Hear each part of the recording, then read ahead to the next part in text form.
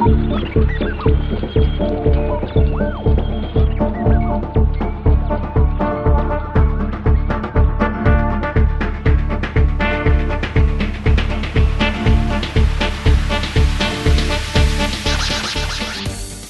Assignment X, thesoniashow.com, and jetjurgens.com. In a world where animal husbandry has run amok, at a time when killer rabid beavers stalk a quaint seaside town, just one veterinarian stands between a bizarre mating call and a new restaurant special. Sonia Mansfield. Beavers. Why did it have to be beavers? Christopher Allen Smith. Those aren't beavers I'm looking for, if, you know what I mean. Peter Brown. Be careful. Those things can bite through solid steel. And Slim Pickens as the sports broadcaster. What in the wide, wide world of sports is going on here? This is Dorking Out About Trailers. Hello and welcome to episode 2 of Dorking Out About Trailers, a podcast about previews, teasers, trailers, and movies, and what we can learn about movies upcoming from the trailers that they put out. This is the Friday the 13th edition, because it's the 13th today and it's Friday. With me today is my co-host, professional writer, and author of The Sonia Show, Sonia Mansfield. And with me today is my co-host, Emmy Award-winning filmmaker, Christopher Allen Smith, author of the upcoming novel, Jet Jurgens and the Infinity Key. Sign up now!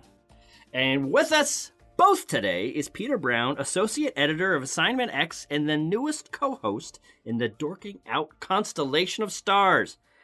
Peter, hello. Hey guys, so today's show we're talking about the trailers for Rings, All Nighter, The Space Between Us, John Wick Chapter 2, Cars 3, and the full-length feature, CHiPs. But before we begin, I need to tell you, this is a watch-along podcast. In our show notes, we've got links to all the trailers, and they'll be on our blog as well. And when you hear this sound, you can go watch them and come back to our wise insights. And now, on to the trailers. So, first up today is a sequel to a movie that I saw a long time ago, and I think they might have had other sequels, but I'm not really sure. It is a new chapter in the beloved Ring horror franchise. I would put quotes around that. That's beloved. Right. A young woman becomes worried about her boyfriend when he explores a dark subculture surrounding a mysterious videotape said to kill the watcher in 7 days after he viewed it. She sacrifices herself to save her boyfriend and in doing so, makes a horrifying discovery. There's a movie within a movie that no one has seen before. Let's take a look at the trailer now. So, Peter Brown, what are your opening thoughts on Rings, which was supposed to come out, I think, last fall and then got pushed. Now it's coming out February 3rd. Sonia, what are you laughing at? I actually looked this up. It was originally set for November 2015, then moved to April 2016, Sweet then Christmas. October 28th, and now February. So the point is, maybe It's it'll not come a out. good sign. It could come out, conceivably, theoretically. We'll see. That shows a lot of faith. Mm-hmm. Yeah, it's always great when a movie is pushed and pushed and pushed and pushed, and then comes out, well, I guess it's not technically January, but it may as well be January. Right. That's right. So since the scary movie franchises came out, I've been pretty much poisoned by the whole creepy little blue kids, like, of horror. Like, I've just never been able to get over, like, the mockery that they did on the whole franchises of The Rings and the other Japanese movies that were turned into American movies. And So I just am done with creepy little blue kids. I've had my fill, I think, in my lifetime. So I'm kind of used up in this department. I just don't want to see this at all. What about you, Sonia? I have absolutely no interest in seeing this. I actually saw the first one and thought it had some scary parts. I remember seeing it with some friends, and they were all quite scared. The second one, I didn't even bother, but I heard it's not very scary. I don't think I'll be seeing this one. I'm not that interested. It looks kind of like the same. It looks the same, doesn't it? Mm-hmm. Very much. Yeah, it does. I know it's based on I know it's based on Ringu, which is like, or, the first Ring movie was based on Ringu, I should say. And that one's supposed to be quite scary. I actually haven't seen that one, but my husband told me it's very scary. This one's not based on anything except the American versions, I guess. It just looks like the same. Yeah, what is it, and maybe you guys can help me out, what is it about horror directors that they seem to be frightened of kids and cute little music boxes? Well, kids can be really scary. It's just like, they're never going to kill you. That's the thing, is they can wreck your life, but they're never going to, murder you. They can wreck your life and take all your money, and yes. They won't murder you. Yes, and yes. Yeah. Yeah, I don't get it either. I don't know why the music boxes are scary. They're not. And, little kids shouldn't be scary really either. But I guess creepy little blue kids should be. I don't know. Yeah, actually, that's the other thing, is it's usually creepy little girls in pretty little dresses. Quote unquote pretty little dresses. Like even in The Shining. Right. That pops up as a prototype. Well, you know what, Sonia? You might have just answered it. That's it. It all goes back to The Shining. It all goes back to the creepy girls in The Shining. Hey, look at that. That's but why I think they were. I think they were doing that even, before. Like there were old movies. What was it called? Children. Well, there's Village of the Damned and Children of the Corn and all that stuff. And then even back in the 40s and 50s, I want to say it was called The Uninvited. Okay. Maybe that had kind of creepy ghost kids in it or something. I forget. I'm sorry. Well, that's okay. and you might be right. I mean, that's the thing is I think that because there's always, people look for inspiration in a million different ways and a million different places.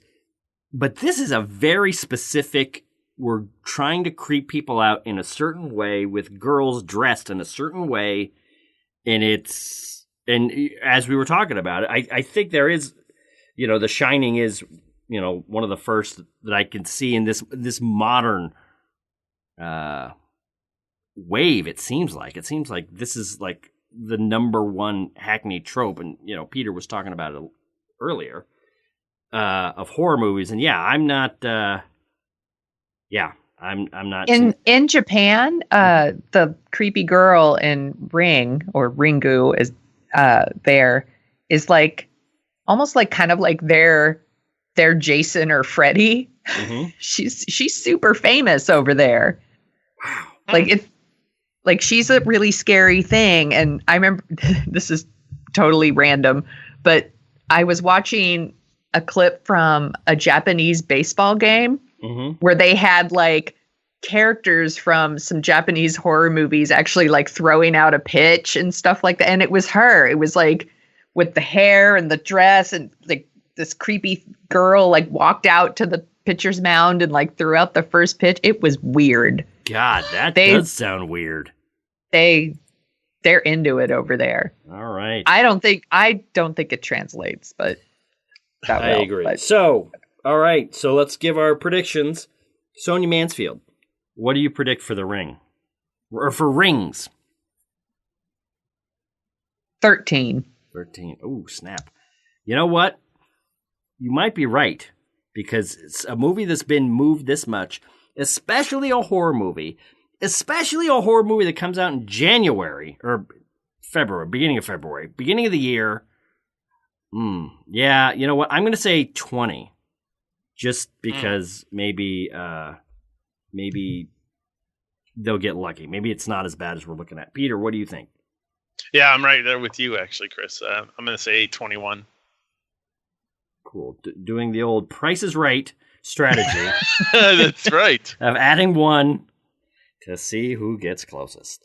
And actually, we should have said this at the top of the show. I think probably on our next episode, we're going to start tallying up how close we are to these. Because I think, the ones that we did a couple months ago, they are... they should be coming out soon. They're coming out, Fantastic Beasts came out and a couple other stuff comes out. Yeah, actually, once we get into March, a lot of the stuff that we've been doing is finally... See, this podcast has only been 8 months in the making. But it's all coming home now. All right, that brings us to, excuse me, All Nighter. This one is going into limited release on March 17th, going to video on demand March 24th. And I'm not sure I would usually say let's do a trailer that's coming out like that. However, this one to me looks like a hell of a lot of fun. It stars J.K. Simmons, Emile Hirsch, and Annalea Tipton? Annalee? Sure. I think so. A workaholic father who attempts to visit his daughter during a layover in L.A., only to discover that she's disappeared, is forced to team up with her awkward ex-boyfriend to find her over the course of one transformative night, which is probably why it's called All Nighter. Let's take a look. All right, guys. Who wants to go first? I'll go first. That's fine. So I like J.K. Simmons. He's always good. To see him kind of in a Hangover style comedy is kind of something I guess is unexpected for him, I would say. So it looks actually really good. It looks funny. So from the trailer. So I would definitely go see this for sure. What do you think, Sonia? I also was kind of surprised by it. Made me laugh. I really love the line where he says he plays the banjo and he's like Kermit the Frog. That's right. Even and though I think keep I going. think anything with Kristen Schaal is okay in my book. Right. I super love her. And I think Emile Hirsch looks like a younger Jack Black now. Oh, I don't know if that's going to make Jack Black feel good or Emile Hirsch feel bad. I have my suspicions, but we'll see. So I think it looks very entertaining. You know what's funny is I watched this and I said, "Oh wow, this looks really good." And oh yes, of course they should use, J.K. Simmons' vibe, especially his vibe after Whiplash, to play off and be funny. I mean, that's one of the great things when somebody develops a reputation or has some iconic roles is they start to get to play other parts with us knowing the kind of vibe that they have. Us knowing he's got this crazy intensity and this no screwing around kind of thing. Do you think people have forgotten that he was in Oz? Well, here's the thing.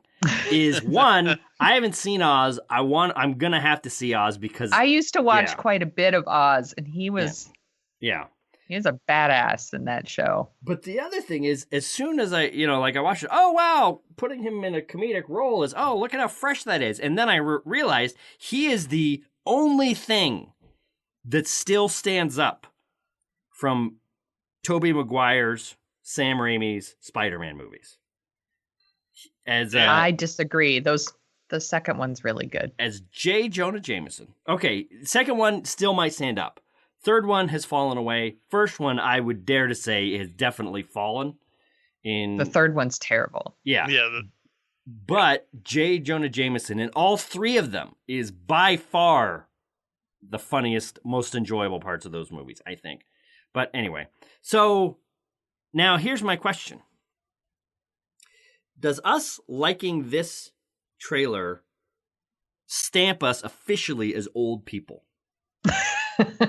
Because I don't know if you're with me, I'm kind of tired of the whole let's beat up on millennials thing, but when I saw this, I was like, ooh, yeah, I would really like to watch J.K. Simmons walk around telling younger people what's what. Yeah, telling them to like get off his lawn and Pretty much. yeah. And that's a danger because I could imagine like when we were in college, this would have been like Charles Bronson would be. It would be like Charles Bronson and Ben Stiller's second movie would be this movie. Or back in the 70s, it would have been. I was gonna say maybe Clint Eastwood. Exactly. See, that's the thing. Okay, here's what it would be. Clint Eastwood and Ben Stiller would be the 90s version. Right. Charles Bronson and Anthony Edwards would be the 80s version.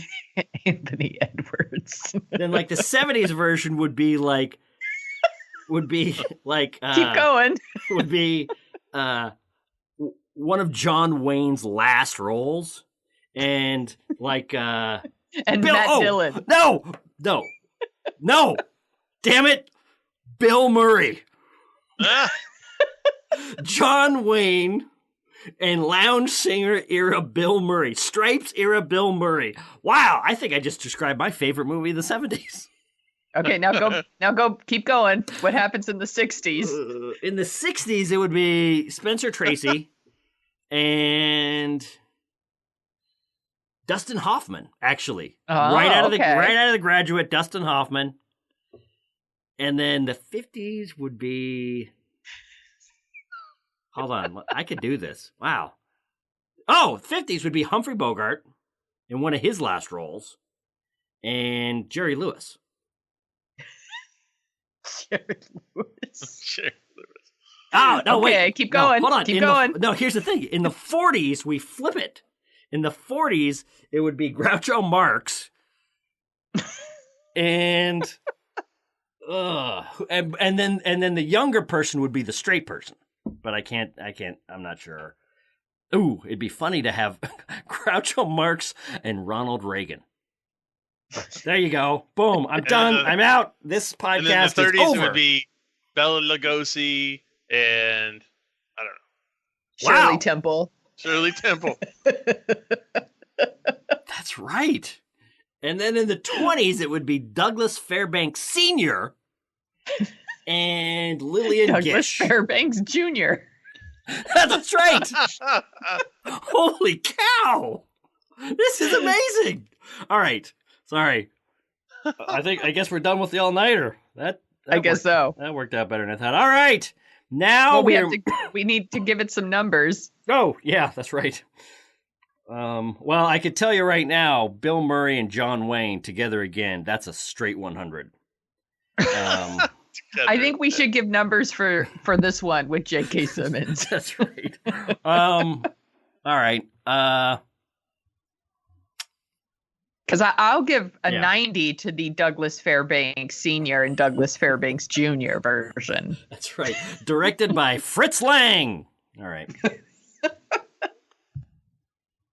Okay. I'm going to say that people will like this one and think it's funny. So I'm going to say 75. Damn it. I was going to say 70. I was going to say 70 or 75. I think they're going to like it, but they're not going to like it as much as as I'm hoping they would like it. I'm going to say 70. All right, Peter Brown. You guys kind of took my thunder. Sorry, I missed. Sorry. Whoops. I sat on my phone. Okay. All right. So I think I'll go 65, just because maybe people won't like it as much as even I think of it. And I'll give Bela Lugosi and Shirley Temple 85. You know what's funny? Maybe this could definitely be a situation where I'm just amused with myself. I would watch every single one of those movies. Yeah. Talk about remakes, the need for a remake. This movie needs to be remade, I think we've shown, every 10 years. From here on out, Hollywood, you hear us? 10 years, like clockwork. Do it. 2017 or 2027, 2037, put it on the calendar. All right. This one, the next one, is I put on here, comes out February 3rd. It is called The Space Between Us. It's about a young man who has the distinction of being the first person born on Mars. He travels back to Earth and risks his life to meet a girl that he met online. Which, holy cow, that doesn't sound like a good idea. This is starring Asa Butterfield, Gary Oldman, Carla Gugino? How do you say her name? Good enough. Good enough, yeah. And Carla Goodenough and Britt Robertson. And now we are going to watch the trailer. All right. This one also comes out February 3rd. So what you could do is you could go watch The Space Between Us, and then you could go watch Rings. And That's a good double feature. Excellent double feature. I wonder and what then you could just walk right into traffic. So, End it all. what is this movie? What is this? You know, this one is one of the shorter trailers. It's the official trailer 3 or whatever. And even from, we should have been doing this on the episodes way back, because this looks ridiculous. This looks like I think I've seen this movie. trailer in front of countless movies, and people are all, but here's the thing. Teenage and preteen girls are probably going to super love it. Right. But every audience I saw it with, there was so much snickering. Like, yes. Yeah, and that's a thing. I would have liked a better story had he gone all the way to Earth only to find that he had been catfished. Or something. It's some like black guy or something, and he's like, "Oh, hi. I used technology to trick you. Haha, now you're stuck on Earth. See ya. Have fun in East LA or whatever." But yeah, exactly. Yeah. I think this is like the culmination of how far they have to reach in the romantic comedy spectrum. Like now we have to include outer space. Like they've done everything else, and now outer space has to be the last bastion. There's nothing left because two people just can't meet in a bar or whatever. Right. You have to have planet hopping now to make it interesting. And unfortunately, it looks terrible. You might be right, actually. I think you could be right, because everything about this is just patently. Even the name of the movie, The Space Between Us, is a fumble-fingered, on-the-nose, ridiculous metaphor. And then what's Gary Oldman's big line of the trailer? His heart can't handle it. Is he talking? Is he talking about his heart, or is he talking about his heart? And it's so over the top too. His heart won't make it. That's right. It's almost like Gary Oldman, and maybe this is what he's doing, is drawing a circle in the air around what he's saying. Like, hey kids, this is the metaphor of the movie, right here. Yeah, and that's the other thing. And I guess we're going to have to watch the movie, but I'm not going to do that. So he flies all the way from Mars, I guess secretly? Then he just... I don't think... How would he do it secretly? I don't know, but here's the thing. So he's talking to this girl, then he just pops up at her high school, and she's like, hi, I'm here. Like, what? What a stalker. That's the thing. Then... Okay, this is the thing that's really going to get me, is I think it's like 5 light minutes from Earth to Mars. This is where I'm going to get really nerdy. They would not be able to have IM chats back and forth. Having a conversation over IM from Earth to Mars would take like 4 hours. I'm sorry, she's not going to... What he would do is he would Maybe text this her. is set in some sort of future? Well, I mean, yeah, we probably. have people, it's got people living on Mars. I guess if you're going to accept that, then maybe you accept that they can IM. Maybe. I've only got 2 bars. Yeah. On Mars. Yeah, no, I am not hopeful for this. Now, the other thing I was trying to think about is like, am I just being the grumpy old man? Are girls are gonna like it, or are theoretically young women are gonna like it? Like the same people who like The Fault in Our Stars. Right, exactly. So I get it now, but here's the thing. So Peter Chelsom directed Space Between Us. He directed 2014's Hector and the Search for Happiness, which I didn't see. Never heard of it. 2009's Hannah Montana, the movie. Oh, wow. 2004, wait for it, it's coming. 2004's Shall We Dance, which I think was kind of mediocre. I can't remember exactly. Yeah. 2001's Serendipity. Which I actively hated. Did you see 2001's Town and Country? No. Which is that the one? Does that have Warren Beatty in it? That was the movie that pushed Warren Beatty. That was one of the most tortured movie productions in Hollywood history. Pushed Warren Beatty out of making movies for 15 years. That was what was it? Gary Shandling and Warren Beatty? Wasn't that the pairing? Oh, I don't even remember. Yeah. But yeah, so Town and Country was a famous train wreck. So this guy doesn't have anything in his pedigree that leads me to believe that this movie is going to be any better than what the preview looks like. So, holy cow, sweet Jesus, Peter Brown, what would you give this movie? What's your prediction for Rotten Tomatoes? I'm going to give it a 9. Holy. Wow. All right, Sonia Mansfield. I'm going to be a little bit more kind than that, and I'm going to say 30. You know what? That's way too high. I'm gonna go 32. No, you know what? Wow. Sorry. No, hold on. Sorry. You know what? I'm gonna go 28. I think it's gonna be low, but I think there's gonna be a certain contingent of critics that are kind of like, this is just supposed to be a dumb movie for preteen girls anyway.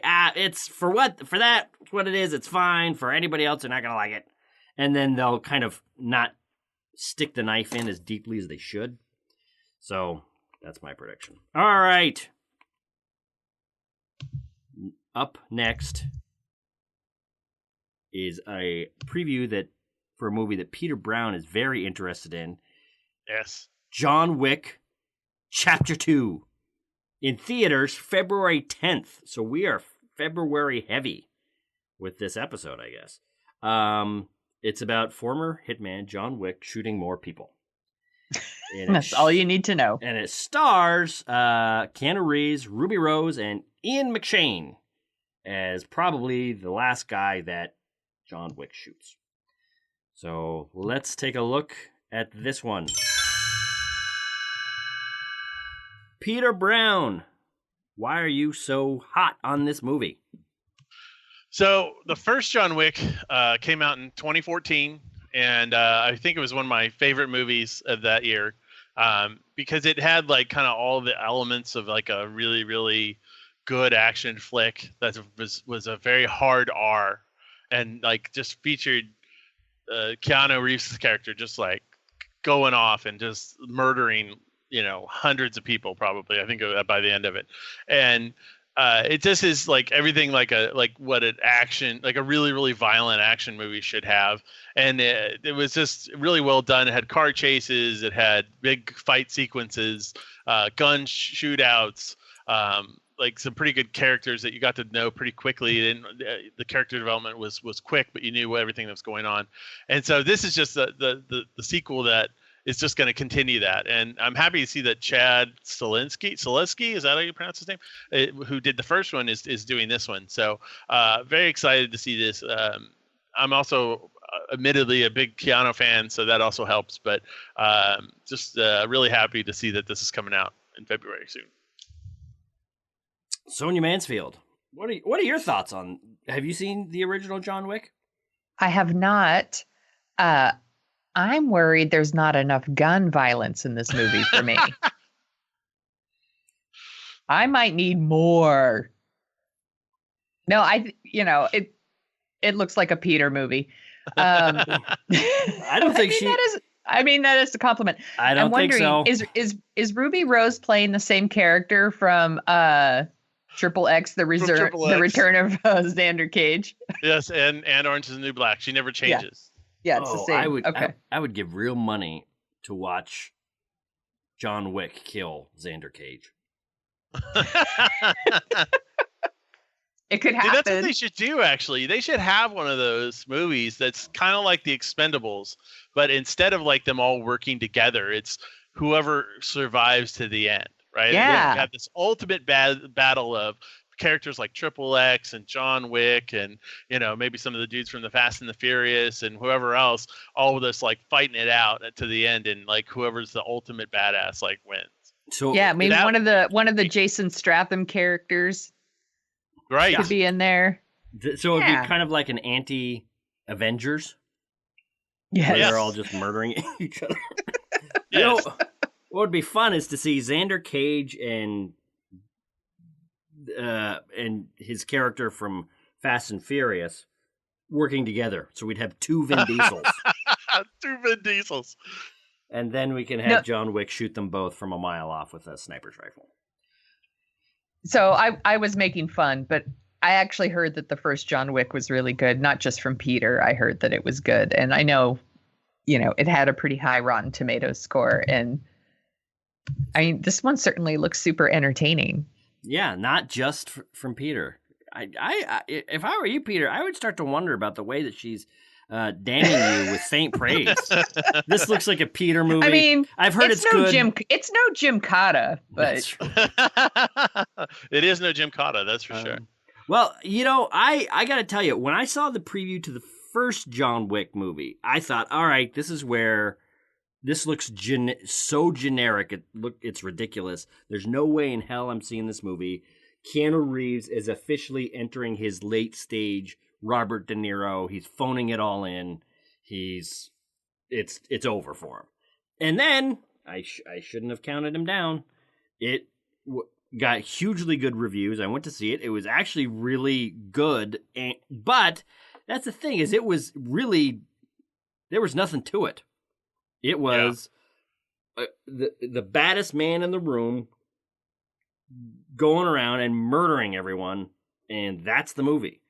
It's unapologetic in that. Yeah, it is unapologetic. Sure. It's like, it's a very, you know what it's kind of like? It's almost like Commando from the 80s. It is just, here's somebody with all the skills unleashed, murdering all the people. But it also had this real, and I'm hoping that we're going to see more of it, and it looks like we might. This weird parallel world of hitmen, where they kind of have their own hotels, their own banks. It's like this secret society of hitmen. Their own set of rules. You can't do certain things at certain times in certain places. Right, exactly. Yeah, and if you break those rules, they basically assassinate you. Yeah, and now they have their own phone exchanges, still manned by telephone operators.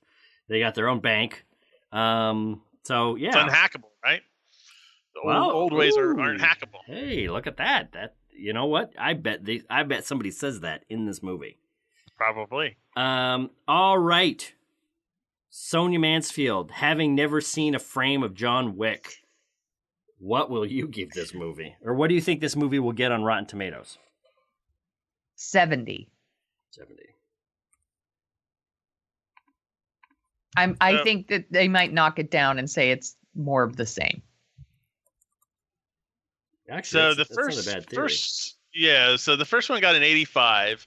I kind of am following Sonia in what she said.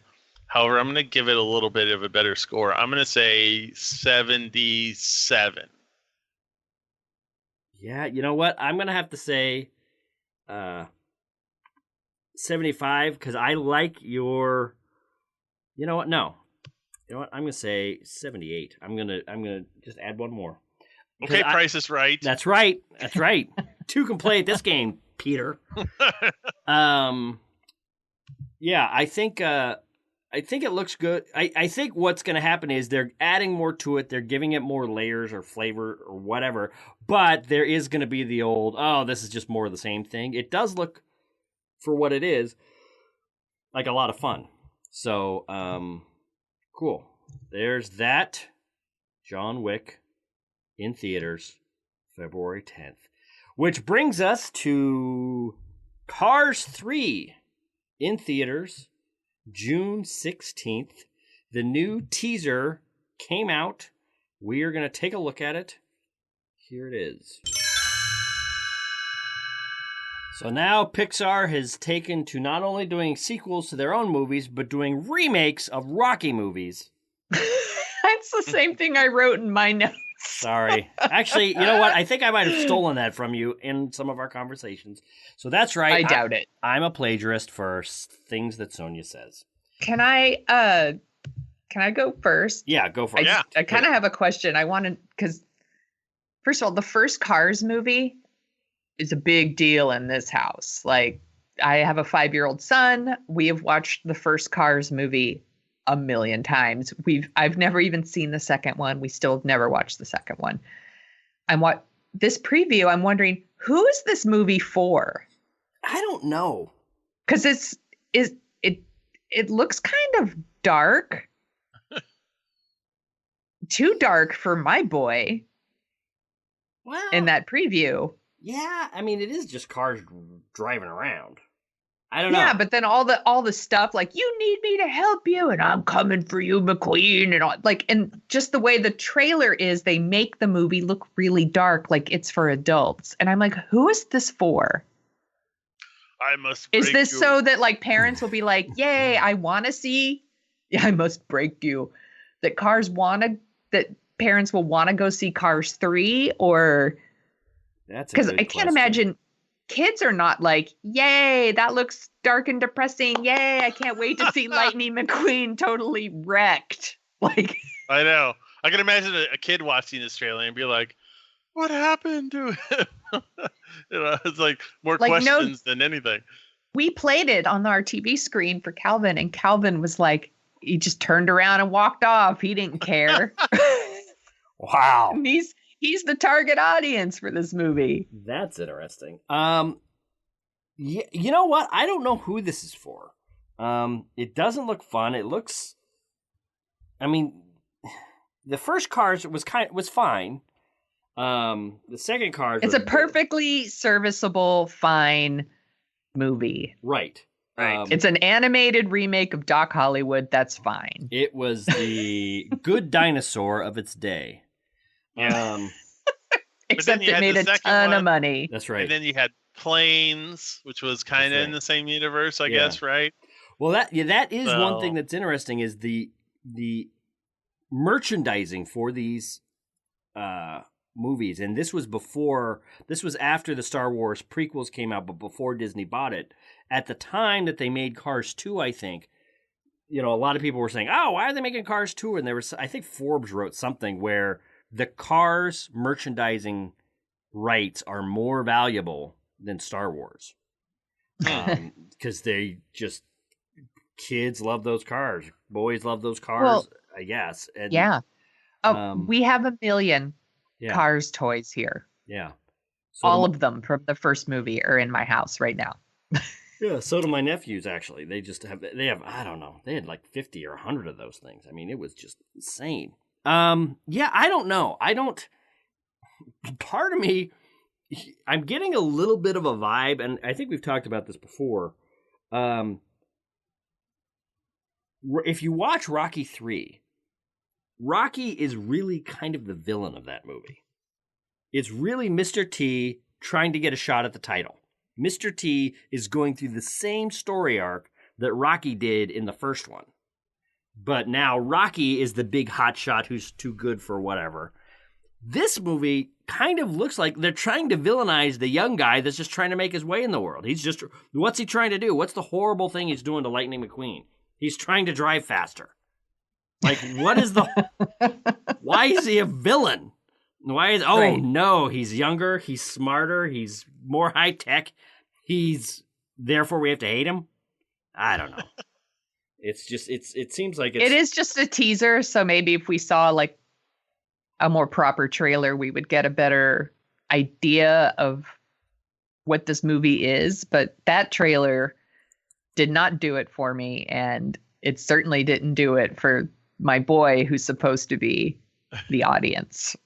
Yeah, I am. Yeah, I'm. Peter, what do confused. you think?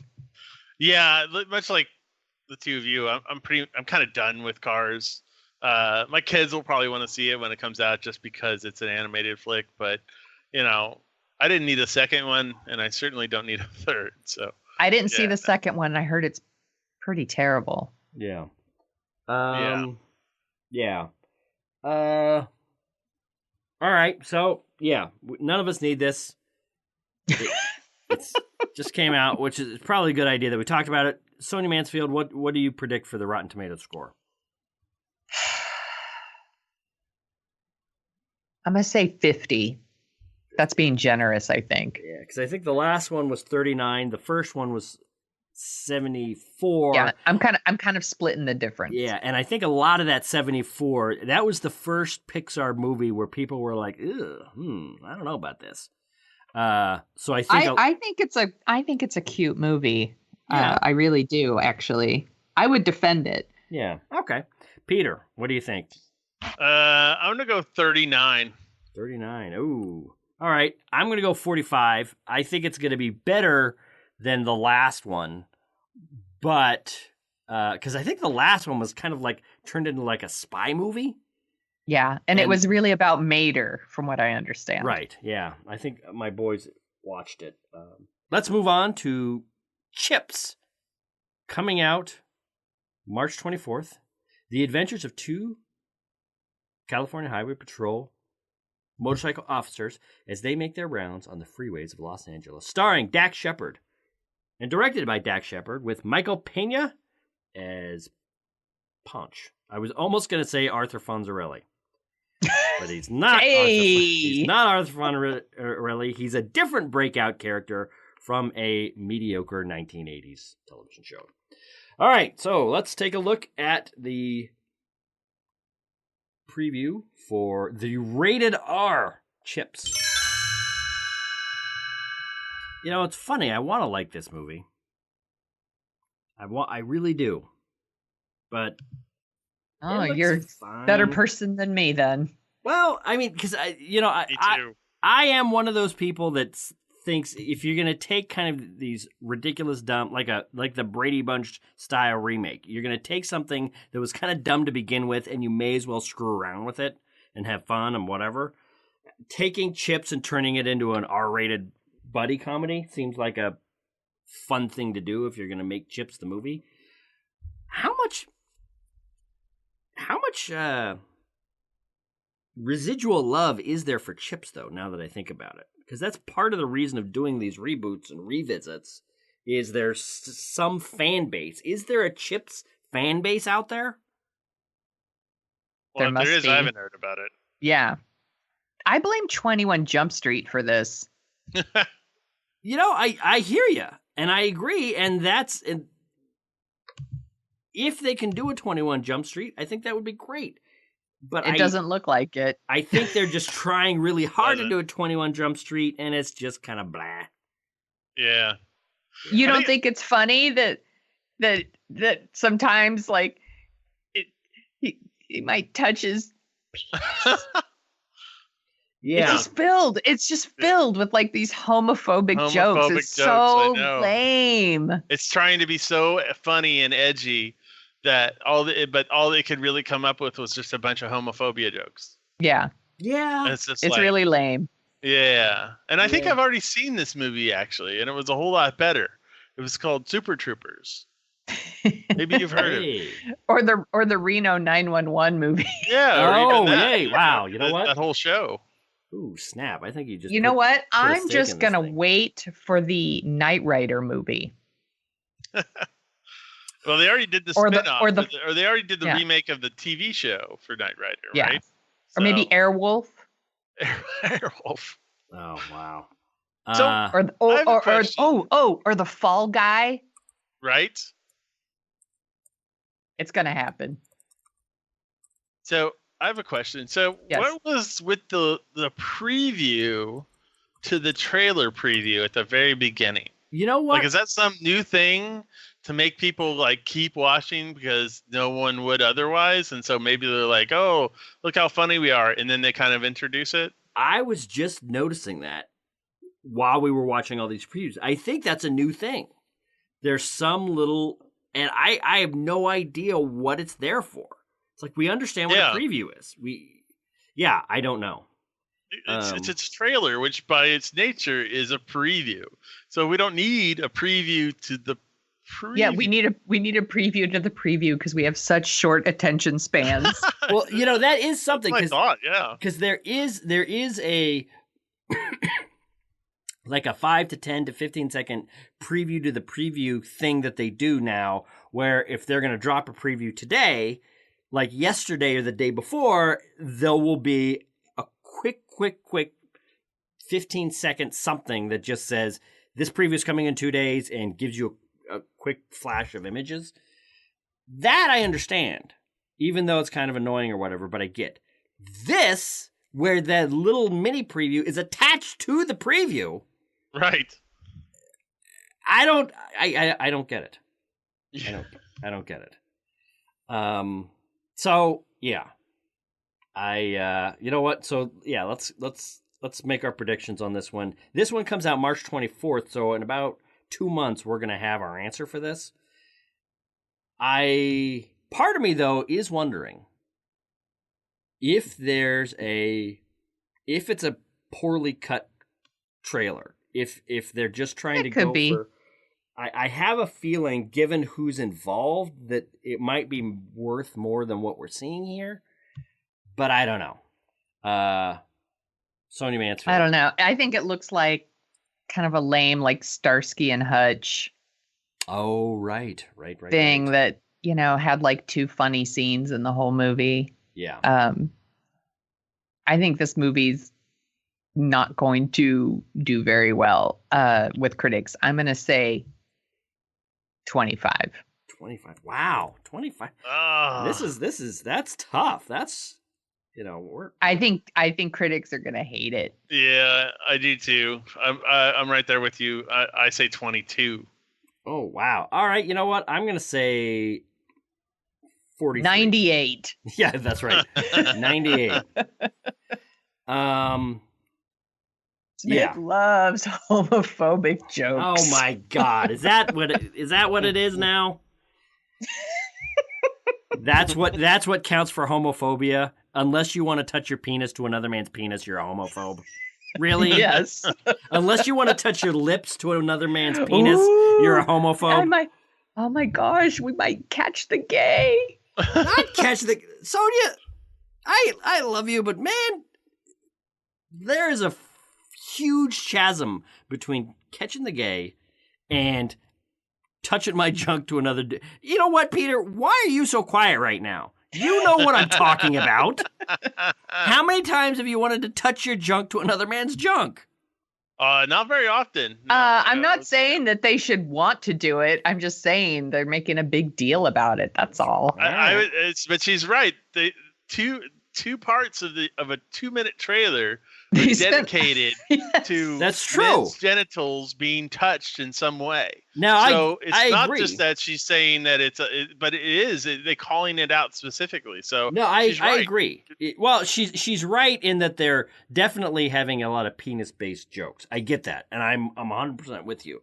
I'm just saying, not wanting to put your face on another man's junk doesn't make you a homophobe. That's all I'm saying. But I have the more you know. That's right. I have a present for you guys. Because you actually reminded me of this, Sonia, when you were talking about Kit in Knight Rider. Uh-huh. There is an AT&T commercial for DirecTV that I have just put in the show notes that we're going to include in the show notes. Okay. I want you guys to watch this and tell me what you think. Okay. See if you notice anything. Okay, I'll watch it right now. I think I may have seen this, but we'll take it. Did you Gosh, notice that guy has a short attention span. That's true. He does. I noticed that. That's true. Anything else? What do you want us to notice? All right. I guess. Want to give us a hint? Game of Thrones. I gave you a hint. There was no Jon Snow. No, I gave you a hint before we started. Knight Rider. Right. Well, yeah. Did you? Oh, all right. Okay. Could just be me. David Hasselhoff, I believe, is in this.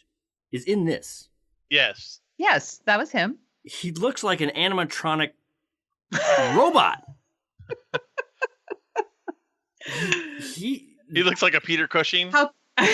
No, Peter Cushing looks much more lifelike, much more alive.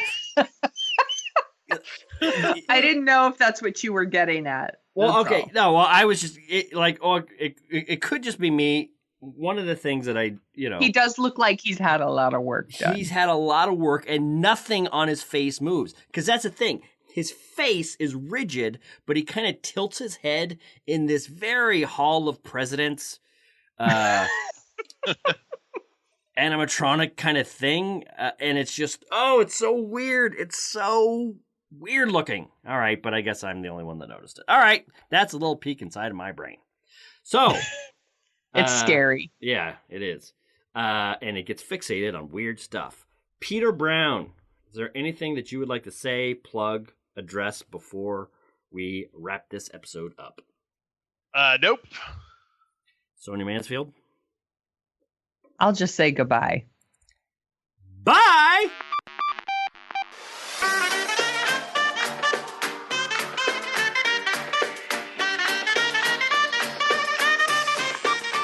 Dorking Out About Trailers can be found on Twitter at Dorking Out Show, where you can also find Chris at Jet Jurgens, Sonia at The Sonia Show, and Peter Brown at Peter Brown AX. You can read about Sonia's random adventures at thesoniashow.com.